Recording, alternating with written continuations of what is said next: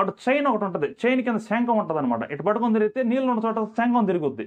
6 బోర్లు వేసిన అనుభవంతో, అంటే మేము బోర్లు వేసిన తర్వాత తెలుసుకున్న నిజం ఏంటంటే, హైడ్రోజియాలజిస్ట్ ద్వారా బోర్ పాయింట్ పెడితే మేలా, మనం టెంకాయ ద్వారా పెట్టిద్దాం, ఎప్పటి నుంచో జరుగుతున్న ప్రాసెస్ ఇది. International journal of research of earth and science. దాంతో నీళ్ళు రాలేదు, దుమ్మే వచ్చింది, ఒక పాయింట్ ఒక చుక్క రాలేదు. ఇప్పుడు వీళ్ళిద్దరు ఎవరు నమ్మాలి? జియాలజిస్ట్ గొప్ప, టెంకాయతో పెట్టినాను గొప్ప?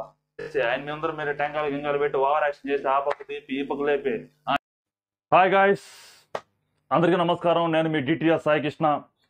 ఈరోజు ఒక ముఖ్యమైన విషయం గురించి, ముఖ్యం అంటే ఎవరైతే బోర్ వేయాలనుకుంటున్నారో వాళ్ళకి చాలా ముఖ్యమైన విషయం. ఈ విషయాలు ముందే తెలుసుకున్నట్టయితే మీరు ఒక మంచి నిర్ణయం తీసుకుంటారని నేను అనుకుంటున్నాను.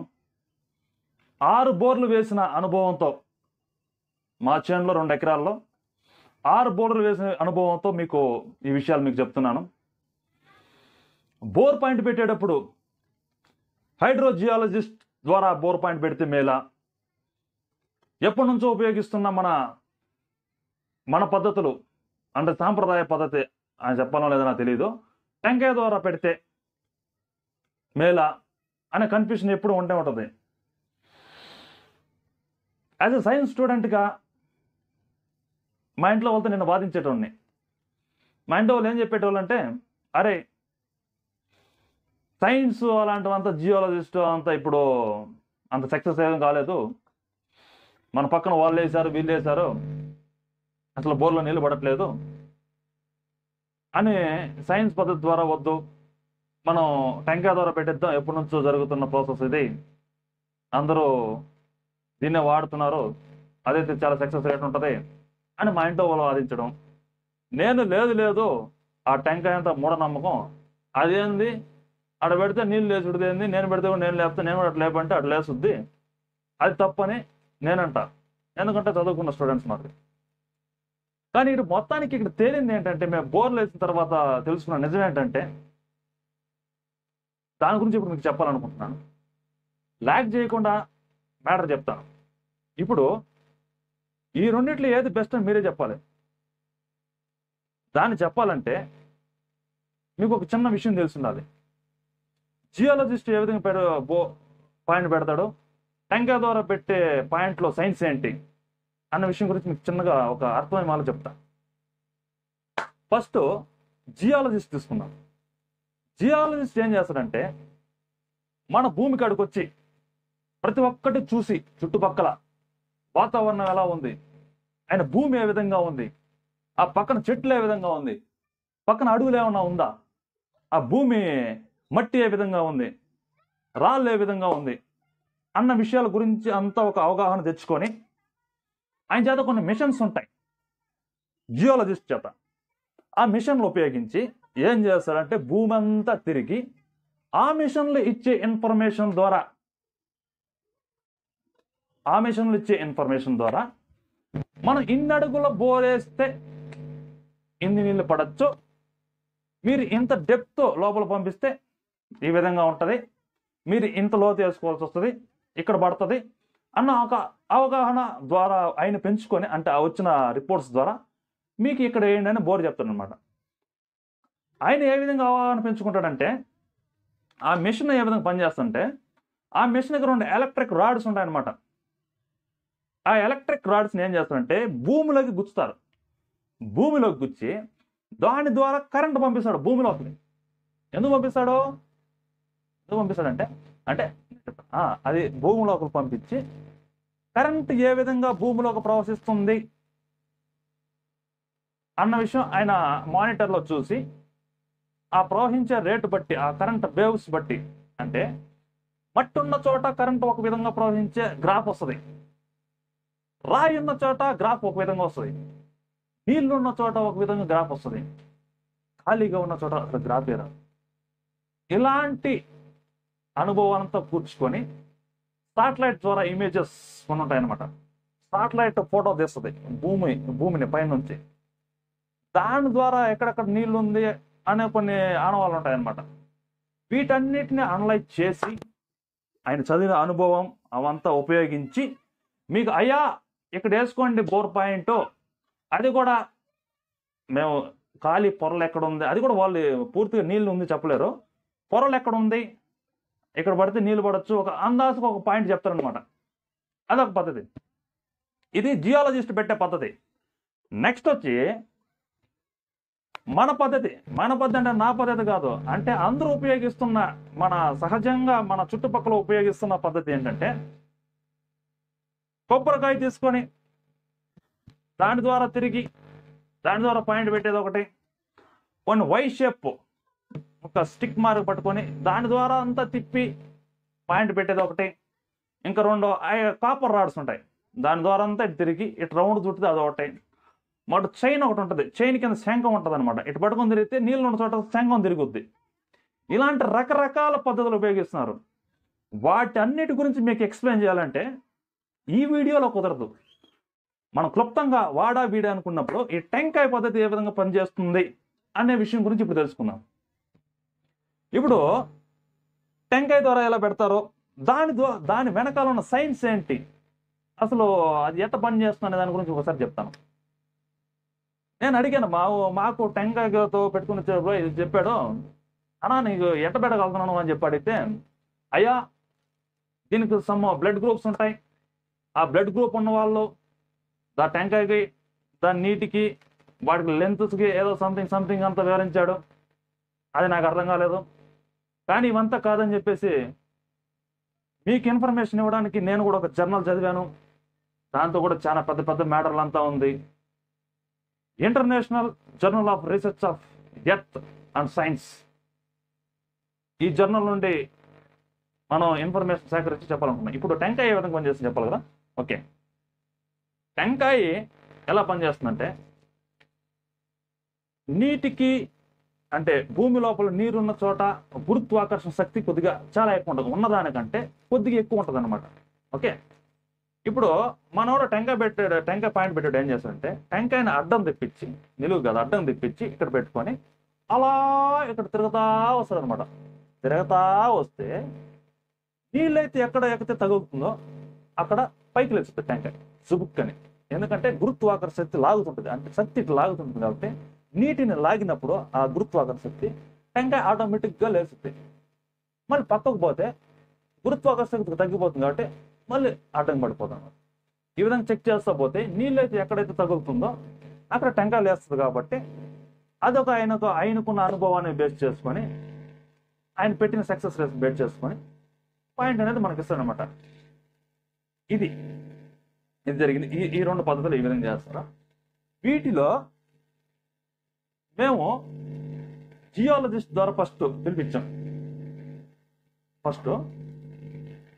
జియాలజిస్ట్ని పిలిపించి ఆయన చూశాడనమాట. ఇవంతా చూసి వైర్లంతా పట్టి తిప్పి ఆడాయడం చుట్టి ఏం చేశాడంటే, నన్న ఇవంతా నేను అనలైజ్ చేసి ఒక పాయింట్ చెప్తాను, ఆ పాయింట్లో మీరు బోర్ వేసుకోండి అని చెప్పేసి డబ్బులు తీసుకొని వెళ్ళిపోయాడు. పాయింట్ 2-3 పాయింట్లు చెప్పాడు. 1వ పాయింట్, 2వ పాయింట్, 3వ పాయింట్ అని మస్తు ధర ఫోన్ చేస్తే 2వ పాయింట్లో బోర్ వేసుకొని నిలబడొద్దు అని చెప్పాడు. ఆయన చెప్పినట్టే బండి పిలిపించి బోర్ వేపించాం. ఆయన చెప్పి నన్ను అడగలే, ఒక 600 అడుగులు చెప్పాడు ఆయన. మేము ఒక 700 అడుగులు దాకా తెప్పించాం. తర్వాత ఏమైనా తర్వాత చెప్తా, కట్ చేస్తే ఇది ఒకటి జరిగింది. నెక్స్ట్ ఇది ఈ టెంకాయ ద్వారా పెట్టించాం అనమాట. టెంకాయ ద్వారా పెట్టిస్తే ఏం జరిగిందంటే ఆయన టెంకాయ ద్వారా ఇద్దరి చేత పెట్టించాం. ఫస్ట్ టైం చెప్పాడు ఇన్ని అడుగులు పడుతుంది, ఇంట్లో బోర్ అయ్యండి అని చెప్పాడు. అదేవిధంగా బండి పిలిపించుకొచ్చాం, వేపించాం.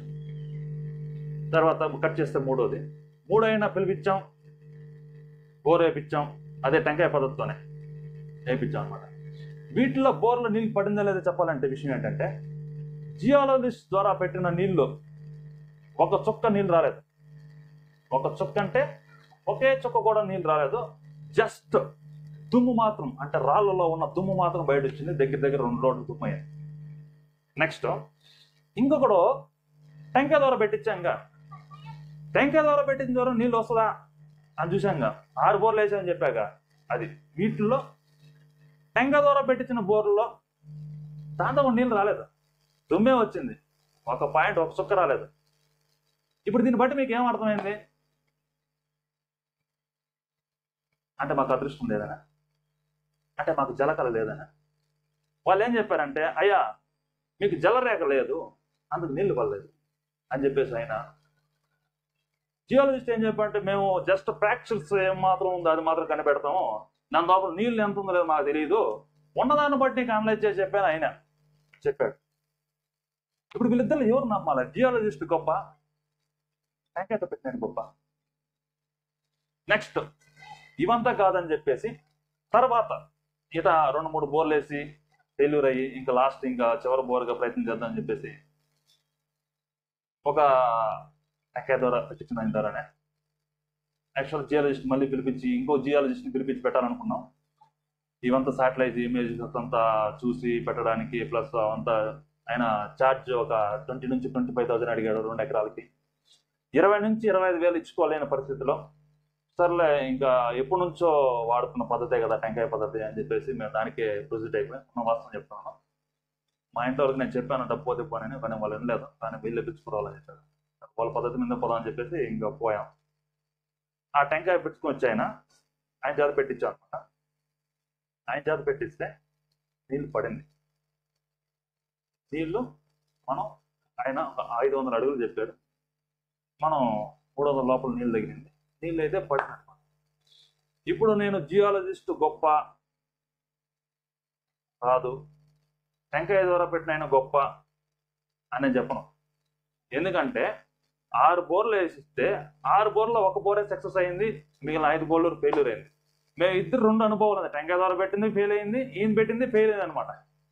కాబట్టి మ్యాటర్ ఏమంటే నేనేం చెప్పాలనుకుంటున్నా, వాడు ఏ విధంగా అయినా బోర్ పాయింట్ పెట్టని, వాళ్ళు ఏ విధంగా పెట్టండి పాయింట్, టెంకాయ ద్వారానా సరే, జియాలజిస్ట్ అయిన ద్వారా సరే, ఇంకా కాపర్ రాడ్స్ ఉపయోగించి పెట్టినా సరే, వైట్ బెండ్స్ ఉపయోగించి పెట్టినా సరే, ఏ పద్ధతి అయినా ఉపయోగించని, పద్ధతి అనేది చాలా కరెక్ట్. పద్ధతి అనేది పద్ధతిలో ఖచ్చితంగా సైన్స్ ఉంది, సైన్స్ దాగుంది. ఆ పద్ధతి పర్ఫెక్ట్. కానీ సక్సెస్ రేటు ఎందుకు రాలేదు, ఎందుకు ఫెయిల్యూర్ అయ్యంటే బోరు పాయింట్ ఎవరైతే పెడతాడో ఆయన వల్ల ఫెయిల్యూర్ అవుతుంది. బోరు పాయింట్ ఎవరైతే పెడతారో ఆయన వల్ల బోరు ఫెయిల్యూర్ అవుతుంది అనమాట. ఇక్కడ మ్యాటర్ అంతా దాగుంటుంది అంటే బోర్ పాయింట్ పెట్టే అతని మీదే ఉంది. అది జియాలజిస్ట్ అయినా సరే, టెంకాయ ద్వారా అయినా సరే, వేరే ఇతర పద్ధతులైనా సరే, ఆ బోర్ పాయింట్ పెట్టే వ్యక్తిలో ఆయన ఎంత కాన్సన్ట్రేషన్గా భూమంతా చూసి, భూమంతా తిరిగి, ఎంత కాన్సన్ట్రేషన్గా సబ్ కాన్షియస్ మైండ్తో అంతా ఆలోచించి బోర్ పాయింట్ పెడతాడో, ఆయనకు ఉన్న అనుభవంతో ఉపయోగించి పెడతాడో అన్న దాని మీద ఆధారపడదు అన్నమాట. పద్ధతి అనేది చాలా కరెక్ట్, వాటన్నిటిలో సైన్స్ దాగుంది, అవన్నీ నిజమే. కానీ బోర్ పాయింట్ పెట్టే ఆయన మీదనే ఆధారపడదు. ఇది నేను చెప్పాలనుకుంటున్నాను. ఇప్పుడు మీరేం చేస్తారంటే, ఒకవేళ బోర్ పాయింట్ పెట్టాలనిపిస్తే బోర్ పాయింట్ పిలిపించిన అతను వెనకాల మీరు గుంపులుగా చేరుకొని బోర్ పాయింట్ పెట్టేటప్పుడు ఏదో ఒక వినోదం జరుగుతున్నట్టు అందరిని ఒడ్డేసి ఆయన పెట్టమని అందరూ గమనిస్తాను అనుకో, ఆయనకు ఒక చిన్న లిటిల్ బిట్ టెన్షన్ వస్తుంది అనమాట. అందరూ గమనిస్తున్నారు, మనం పర్ఫెక్ట్ చేస్తున్నాం లేదా మన వర్క్ అని చెప్పి ఆ సైన్కి ఒక టెన్షన్ వస్తుంది. సర్లే మనం బోర్ ఫెయిల్యూర్ అయితే ఏదో ఒకటి చెప్పుకోవచ్చు. యాక్చువల్లీ బోర్ వేస్తే నీళ్ళు ఉంటే ఖచ్చితంగా వస్తుంది, ఇవంతా లేకుండా బోర్ ఎక్కడైతే వస్తుంది అన్నట్టు ఏదో ఒకటి చెప్పొచ్చులే కారణం అని చెప్పేసి మీరు అందరూ చూసే టెన్షన్లో ఇక్కడ పెట్టి అక్కడ పెట్టి ఏదో చెప్పవచ్చు. కానీ నా సలహా ఏంటంటే, మీరు బోర్ పాయింట్ పెట్టేటప్పుడు ఆయన వెనకాల తిరగబాకండి, మీరు ఆయన కనపడబాకండి. అయ్యా ఇది మా భూమి, ఇంకా అమౌంట్ ఎంత కావాలో తీసుకో, ఇది నీ లేటా తీసుకొని నువ్వు మంచిగా అనలైజ్ చేసి బోర్ పాయింట్ పెట్టు. మీ చుట్టుపక్కల వాళ్ళంతా అడుగు, మీ ఊరిలో ఎంత అంటే మీ బోర్ వేసేటప్పుడు ఆ పాయింట్ పెట్టేటప్పుడు ఎంత డెప్త్ పడుతుంది, ఏం మ్యాటరు, అవంతా ఆయనకు ఒకసారి చెప్పేసి ఆయన భూమిలో అంటే వదిలేసి మీరు సైలెంట్గా పక్క వచ్చేయండి. ఆయన కనపడను కూడా కనపడబాక, భూమి మొత్తం ఆయన తిరుగుతాడు. ఎందుకంటే ఎవరు గమనించలేదు కాబట్టి, డబ్బు తీసుకున్నాం కాబట్టి, బోర్ పాయింట్ మంచిది పెట్టాలి కాబట్టి ఒక అనుభవం పిలుచుకోవాలి. అది కూడా సక్సెస్ రేట్ ఉన్న కొంతమంది తెలుసుకొని అనుకుని ఈయనైతే పెట్టగలుగుతాడు అనుకున్నా తెలుసుకుని మీకు ఒక అవగాహన వస్తుంది, ఆయన్ని పిలుచుకొని వదలాలన్నమాట. వదిలేస్తే ఆయన ప్రశాంతంగా టెంకాయో లేకపోతే జీ బెండో లేకపోతే కాపర్ రాడ్సో లేకపోతే జియాలజిస్ట్ అంతా తిరిగి వాళ్ళే అనలైజ్ చేసి ఇంకో మంచి పాయింట్ ఇస్తారని నా ఉద్దేశం. ఆయన వెనకాలే తిరిగి మేము ఆయన గల పెట్టేసి ఆయన మీ అందరూ మీరు టెంకాయలు గింగాలు పెట్టి ఓవర్ యాక్షన్ చేసి ఆ పక్క తీపి ఈ పక్క లేపి 700 పెట్టు అని చెప్పి ఈ డ్రామాలంతా నడుస్తాయి. కాబట్టి ఆయన పీస్ఫుల్గా వదిలేసామంటే వాడు ఎంత కాన్సన్ట్రేషన్గా అబ్జర్వ్ చేస్తాడు, ఎంత శ్రద్ధ పెడతాడు అన్న దాని మీదే ఇక్కడ ఉంది. టెక్నాలజీ అయితే కరెక్టే, ఆ పద్ధతి అయితే కరెక్టే. ఇది నేను చెప్పాలనుకున్నాను లాస్ట్ కంటే మా అనుభవం ద్వారా. ఈ 6 బోర్లలో 5 బోర్లు ఫెయిల్యూర్ అయింది. అంటే ఫెయిల్యూర్ అంటే 4 బోర్లు ఫెయిల్యూర్ అయింది, 2 బోర్లు అయితే నీళ్లు పడింది. అది కూడా టెంకాయ ద్వారా పెట్టిందానే. అది కూడా మాకు అనుకున్నంత నీళ్ళు రాలేదు. ఏదో లైట్గా గొంతు తడుపుకోవడానికి మాకు కానీ ఉన్న జీవులకు కానీ, అంటే మా ఉన్న వాటికి గొంతు తడుపుకోవడానికి సరిపోయేంత నీళ్ళు అయితే వచ్చింది. అది నేను చెప్పాలనుకుంటున్నాను. దీనికి సంబంధించి ఇంకేదైనా డౌట్లు ఉంటే, తర్వాత ఎలాంటి పద్ధతులు కావాలనుకుంటే మీరు కామెంట్ చేశారంటే మీ డౌట్లు బట్టి మనం అంత బుక్స్ అంతా చదివి మీకు ఎక్స్ప్లెయిన్ చేయడానికి ట్రై చేస్తాం. అది నేను మీ డిటిఆర్ సాయి కృష్ణ. మీరు చూస్తున్నారు DTR Sai Krishna YouTube channel. Thank you very much. ఈ వీడియో నచ్చినట్లయితే లైక్ చేయండి, కామెంట్ చేయండి. ఎవరైనా మీ వాళ్ళు 4 పాయింట్ పెట్టాలనుకుంటే ఈ వీడియో షేర్ చేయండి. ధన్యవాదాలు. Thank you.